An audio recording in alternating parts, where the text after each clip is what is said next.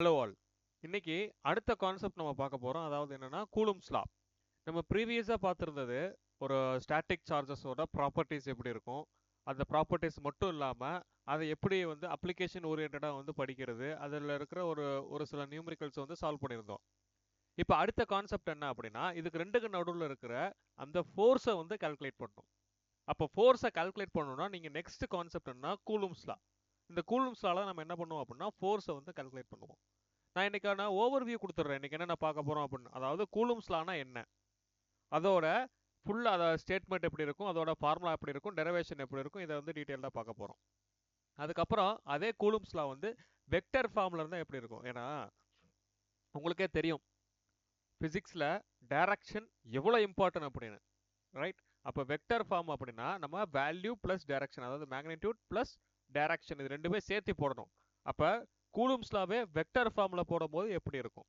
அதுக்கு அடுத்து பர்மிட்டிவிட்டின்ற கான்செப்ட் வைப்போம். பர்மிட்டிவிட்டிங்கிறது நம்ம இங்க என்ன டினோட் பண்ணுவோம் அப்படின்னா எப்சிலான்னு சொல்லுவோம். Okay, epsilon.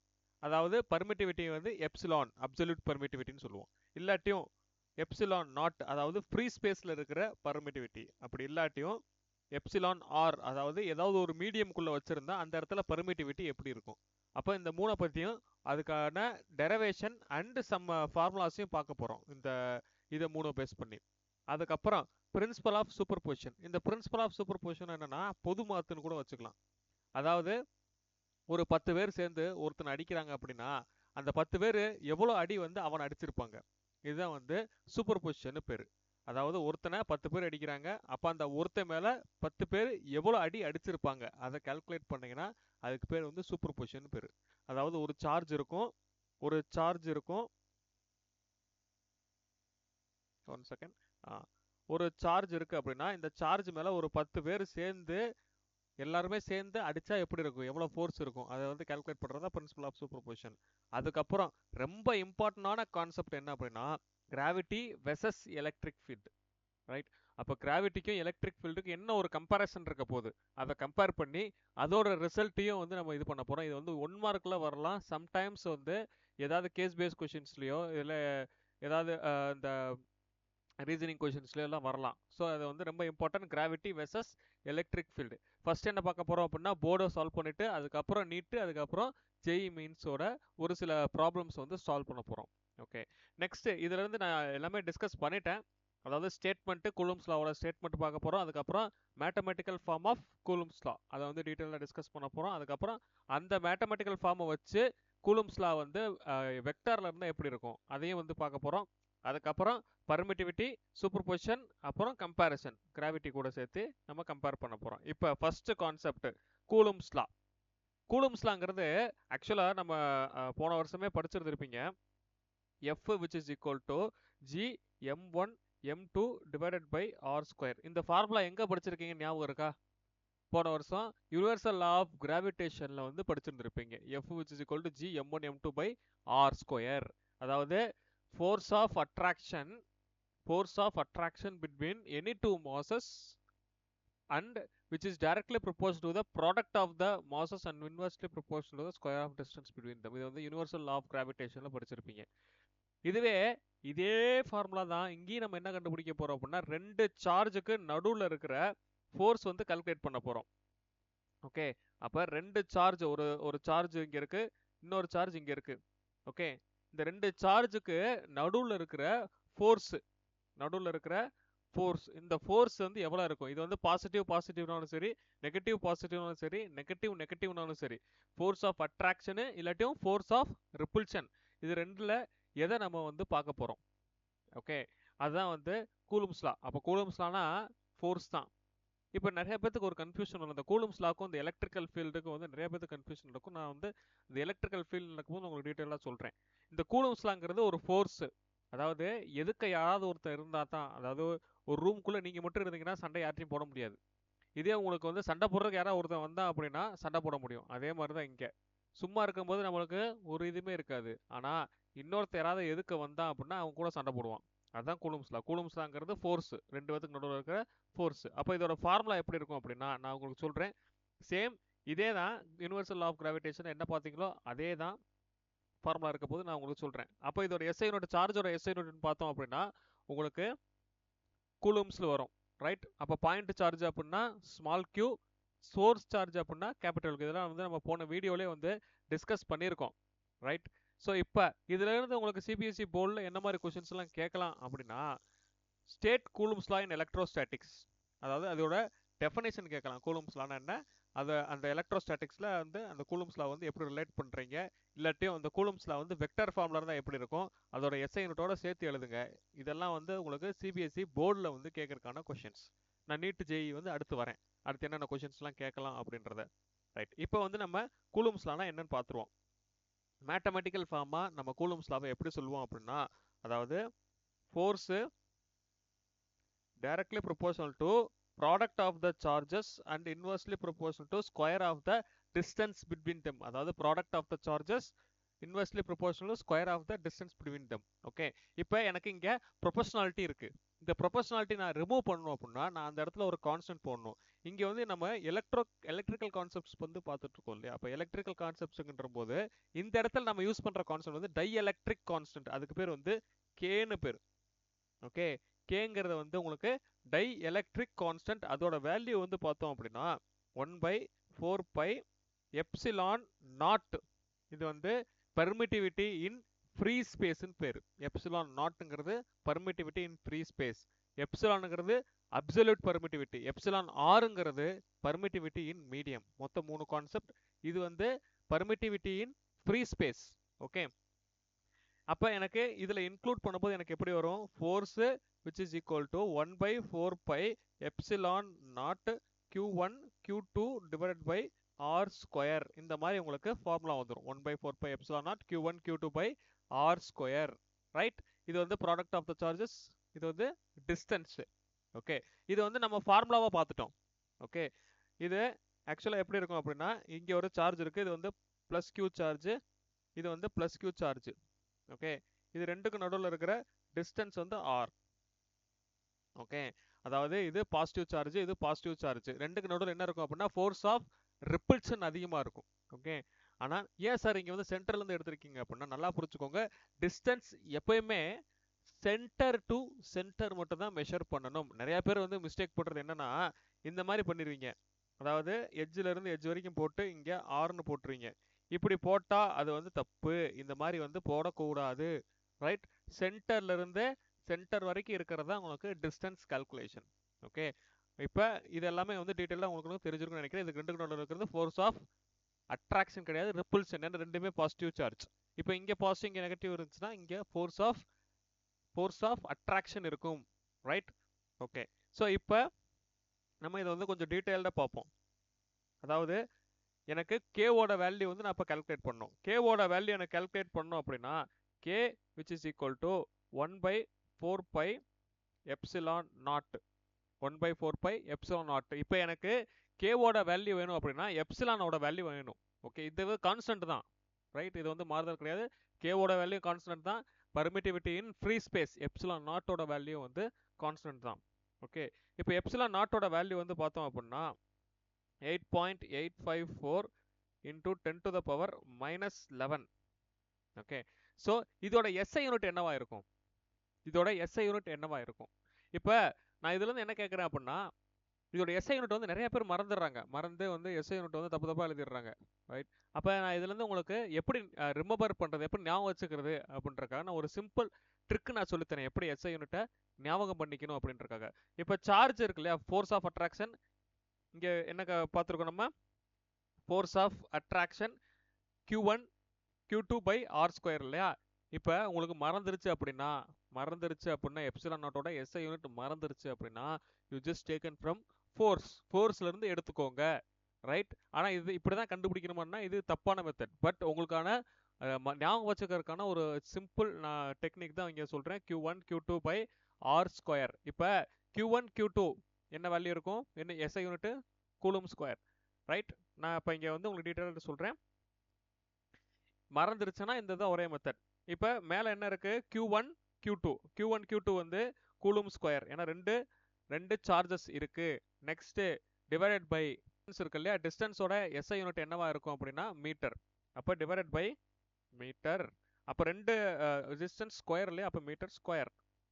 ஓகே, நெக்ஸ்ட் இதுல இருந்து அடுத்த கான்செப்ட், சரி இது அடுத்து இதோட முடியாது, இன்னொரு எஸ்ஐ யூனிட் இருக்கு நியூட்டன். ஏன்னா ஃபோர்ஸ் நம்ம கண்டுபிடிக்கணும், அதனால நியூட்டன். அப்ப coulomb square by newton metre square. இது வந்து எஸ்ஐ யூனிட் வந்து எப்சிலான் நாட்டோட எஸ்ஐ யூனிட். ஓகே, இப்போ எனக்கு வேல்யூ தெரிஞ்சிருச்சு 8.854 into 10 to the power -11 coulomb square by newton metre square. Okay, இப்போ இதுல இருந்து எனக்கு k ஓட வேல்யூ கண்டுபிடிக்கணும். அப்ப k which is equal to 1/4 pi, value வந்து 8.854 into 10 to the power -11. Okay, இங்கே கொடுத்துருக்காங்க இல்லையா, ரைட், 10 to the power -11. இப்போ இந்த இடத்துல நீங்க சப்ஸ்டிட் பண்ணி வேல்யூ கண்டுபிடிச்சிங்க அப்படின்னா உங்களுக்கு என்ன வேல்யூ வரும் அப்படின்னா k which is equal to 9 into 10 to the power 9 வரும். ஓகே, இப்போ இதோட எஸ்ஐ யூனிட் நம்ம கால்குலேட் பண்ணுறோம். இதோட எஸ்ஐ யூனிட் வந்து நம்மளுக்கு எப்படி கால்குலேட் பண்றதுன்னா இந்த எப்சிலான் நாட்டோட எஸ்ஐ யூனிட் வச்சு தான். இந்த எப்சிலான் நாட்டோட எஸ்ஐ யூனிட் வந்து இன்வர்ஸா வரும். ஏன்னா இது வந்து டிவைட்ல இருக்கு, இது டிவைட்ல இருக்கு. டிவைட்ல இருக்கும்போது இது அப்படி இன்வர்ஸா வரும், தலைகீழா வரும். தலைகீழா எனக்கு வந்துச்சு அப்படின்னா இந்த இடத்துல newton metre square divide by coulomb square. Okay, newton metre square by coulomb square. இது வந்து k ஓட எஸ்ஐ யூனிட். இந்த k ஓட வேல்யூ என்னைக்குமே மாறாது, இது வந்து டைஎலெக்ட்ரிக் கான்ஸ்டன்ட். ரைட், இப்போ எனக்கு k ஓட வேல்யூ கிடைச்சிருச்சு. இதை கொண்டு போய் நான் f ல சப்ஸ்டிட்யூட் பண்ணேன் அப்படின்னா f which is equal to 9 into 10 to the power 9 q1 q2 divided by r square. Right, q1 q2 divided by r square. இப்போ எனக்கு k ஓட வேல்யூ கிடைச்சிருச்சு, q1 q2 ஓட வேல்யூவும் r ஓட வேல்யூவும் கிடைச்சிருச்சுன்னா எனக்கு ஃபோர்ஸ் ஆஃப் அட்ராக்ஷன் இருந்தாலும் சரி ஃபோர்ஸ் ஆஃப் ரிப்பல்ஷன் இருந்தாலும் சரி என்னால் ஈஸியாக வந்து கால்குலேட் பண்ண முடியும். ஓகே, இப்போ இதுல இருந்து உங்களுக்கு ஒரு சிம்பிள் கொஸ்டின் ஒன்று கேட்கலாம். அதாவது சார்ஜோட வேல்யூ, சார்ஜ் 1 ஓட வேல்யூவும் சார்ஜ் 2 ஓட வேல்யூவும் ஈக்குவல் டு 1 கூலும். சார்ஜ் 1 ஓட வேல்யூவும் சார்ஜ் 2 ஓட வேல்யூவும் 1 கூலுமுக்கு ஈக்குவேட் பண்ணிட்டு அதோட டிஸ்டன்ஸும் வந்து எனக்கு 1 மீட்டர்ல செப்பரேட் ஆயிருந்துச்சு அப்படின்னா, டிஸ்டன்ஸ் 1 மீட்டர்ல செப்பரேட் ஆயிருந்துச்சுன்னா உங்களுக்கு ஃபோர்ஸோட வேல்யூ என்னவா இருக்கும்? இது வந்து ஒரு சிம்பிள் கொஸ்டின். ஆக்சுவலா f which is equal to 9 into 10 to the power 9 1 into 1 divided by 1. Okay, அதாவது k ஓட வேல்யூ சார்ஜ் 1 ஓட வேல்யூ 1, சார்ஜ் 2 ஓட வேல்யூ 1 டிவைடட் பை அதோட டிஸ்டன்ஸ் 1. அப்போ எனக்கு ஃபோர்ஸ் வந்து which is equal to 9 into 10 to the power 9 Newton. இது வந்து எனக்கு என்னன்னா எனக்கு ரெண்டோட சார்ஜோட வேல்யூ 1 கூலுமா இருந்து அதோட டிஸ்டன்ஸ் வந்து 1 மீட்டரா இருந்துச்சு அப்படின்னா எனக்கு ஃபோர்ஸ் ஆஃப் அட்ராக்ஷன் இருந்தாலும் சரி ஃபோர்ஸ் ஆஃப் ரிப்பல்ஷன் இருந்தாலும் சரி 9 into 10 to the power 9 Newton. இது வந்து ரொம்ப இம்பார்ட்டன்டான MCQ கொஸ்டின்ஸ். ரைட், இது வரைக்கும் ஏதாவது டவுட் இருக்கா? அப்படி டவுட் இருந்ததுன்னா கமெண்ட்ல மென்ஷன் பண்ணுங்க, நான் உங்களுக்கு அதுக்கான ரெஸ்பான்ஸ் வந்து very soon I will respond it.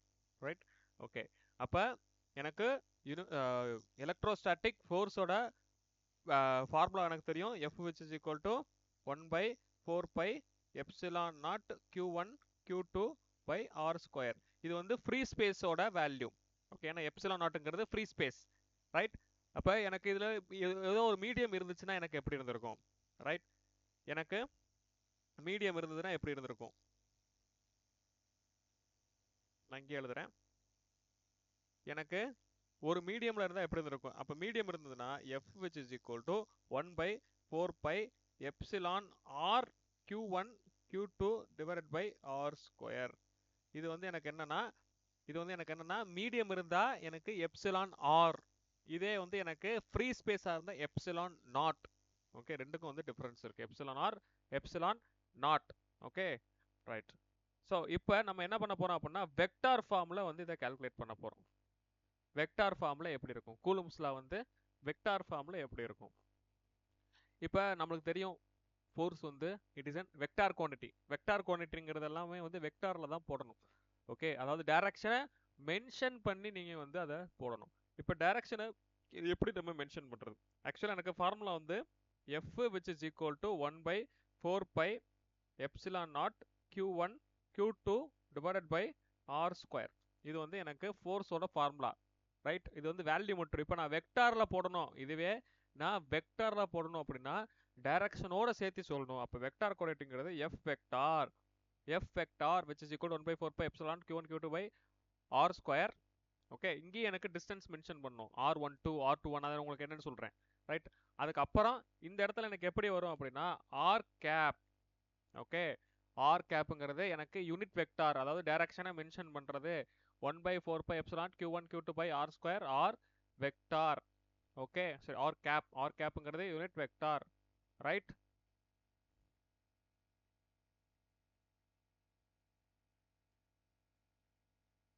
Next இதுல இருந்து நான் வந்து ஒரு ரெண்டு சார்ஜுக்கு நடுவில் இருக்கிற ஃபோர்ஸ் எப்படி இருக்கும் அதை தான் நான் இப்போ வந்து கால்குலேட் பண்ண போறேன்.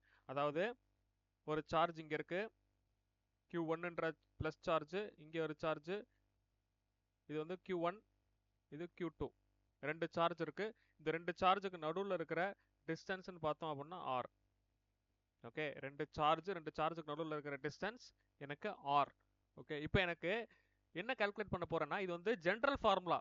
இது எனக்கு என்னன்னா ஜென்ரல் ஃபார்முலா ஃபார் ஃபோர்ஸ். ஆனா எனக்கு ஜென்ரல் ஃபார்முலா வேணாம். இவன் இந்த ஃபர்ஸ்ட் ஃபோர்ஸ் செகண்ட் ஃபோர்ஸ் எவ்வளவு அடி அடிச்சது, செகண்ட் ஃபோர்ஸ் ஃபர்ஸ்ட் ஃபோர்ஸ் எனக்கு எவ்வளவு அடி அடிச்சது, எனக்கு அதுதான் வேணும். ஓகே, இந்த ஜென்ரல் ஃபார்முலா வந்து ஓகே, ஆனா எனக்கு ஸ்பெசிஃபைடா வேணும். First force first charge second charge மேல எவ்வளவு ஃபோர்ஸ் கொடுத்தது, செகண்ட் சார்ஜ் ஃபர்ஸ்ட் சார்ஜ் மேல எவ்வளவு ஃபோர்ஸ் கொடுத்தது. அப்ப இதுல இருந்து எனக்கு இங்க போற வேல்யூ என்ன அப்படின்னா, அதாவது 1ல இருந்து 2க்கு போற வேல்யூ, 1ல இருந்து 2க்கு போற வேல்யூ, அதாவது ஃபர்ஸ்ட் சார்ஜ் செகண்ட் சார்ஜ் மேல எவ்வளவு ஃபோர்ஸ் கொடுத்தது, ஃபர்ஸ்ட் சார்ஜ் செகண்ட் சார்ஜ் மேல என்ன ஃபோர்ஸ் கொடுத்தது, F12 வெக்டார். ஓகே, அதுவே செகண்ட் சார்ஜ் ஃபர்ஸ்ட் சார்ஜ் மேல என்ன ஃபோர்ஸ் கொடுத்துருக்கோம் கரெக்டா சொல்லுங்க பாப்போம், F21 வெக்டார். ஓகே, இப்போ நான் வந்து கால்குலேட் பண்ண போறேன். F12 vector, F12 vector which is equal to 1/4 pi, எல்லாமே அதான் காமன் தான் உங்களுக்கு, வேற எந்த ஒரு டிஃபரன்ஸுமே கிடையாது. 1/4 pi epsilon not Q1 Q2 divided by R. இந்த இடத்துல எனக்கு டிஸ்டன்ஸ் கரெக்டா சொல்லணும். ஓகே, டிஸ்டன்ஸ் எனக்கு என்னன்னா 12, F12 வெக்டார்ன்ற டிஸ்டன்ஸ் 12, அதோட டைரக்ஷன் R கேப் 12, அதோட டைரக்ஷன் R கேப் 12. ஓகே, இது வந்து ஃபர்ஸ்ட் சார்ஜ் வந்து செகண்ட் சார்ஜ் மேல கொடுக்கிற அந்த ஃபோர்ஸ். ஓகே, இது வந்து எப்படி படிக்கணும்னா 12ன்னு படிக்கக்கூடாது, F12ன்னு படிக்கக்கூடாது, F12 வெக்டார். ஓகே, இதுவே எனக்கு அடுத்தது போகும்போது F21 வெக்டார் வந்து கால்குலேட் பண்ணணும். F21 வெக்டார் கால்குலேட் பண்ணணும். அதே தான் ஃபார்முலா எனக்கு 1/4 pi எப்சிலான் நாட். இது எந்த ஒரு சேஞ்சஸும் கிடையாது. Next Q1 Q2 divided by, இந்த இடத்துல டிஸ்டன்ஸ் மட்டும் எனக்கு எப்படி மாறும் அப்படின்னா, அதாவது நான் ஃபர்ஸ்ட் டைம் ஃபோர்ஸ் வந்து 1 to 2 கொடுத்துருந்தேன். அதாவது ஃபர்ஸ்ட் டைம் ஃபோர்ஸ் 1 to 2 கொடுத்துருந்தேன். F12, அதாவது ஃபோர்ஸ் வந்து நான் இந்த பக்கம் கொடுத்துருந்தேன். செகண்ட் எனக்கு என்ன அப்படின்னா, செகண்ட் எனக்கு என்னன்னா நான் ரிவர்ஸ் டைரக்ஷன்ல கொடுக்குறேன், F21, அதாவது இந்த பக்கம் நான் கொடுக்குறேன், இந்த பக்கம் கொடுக்குறேன். அப்ப டிஸ்டன்ஸ் எனக்கு 2 to 1. ஓகே, எனக்கு டிஸ்டன்ஸ் எனக்கு என்ன 2 to 1, R12, அதோட டைரக்ஷன் R21, R21, இதுலயும் R21. ஓகே, இப்போ எனக்கு இதெல்லாம் எப்படி இருக்குன்னு நீங்க பாருங்க. 1/4 pi epsilon, 1/4 pi epsilon not, Q1 Q2 இதெல்லாம் காமனா இருக்கு இல்லையா. கீழே என்ன எனக்கு மாறி இருக்கு, அதோட டிஸ்டன்ஸோட டைரக்ஷன் தான் மாறி இருக்கு.